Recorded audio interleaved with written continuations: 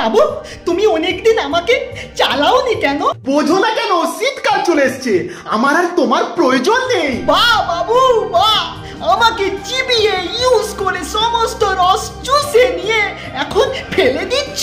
তোমাকে চিবালাম, রস চুষলাম, কবে করলাম এইসব? ছাড়ো তো, ঠান্ডা লাগছে নিশ্চয়, এসো না আমার শরীরের গরম তোমাকে দিই। ওই মুখ পুড়ি, আমার বাবুকে ছুবি না।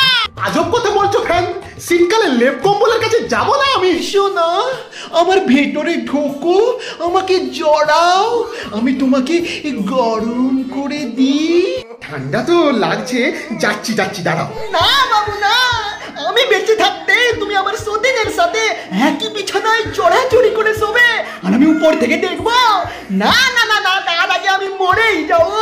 যা শালা।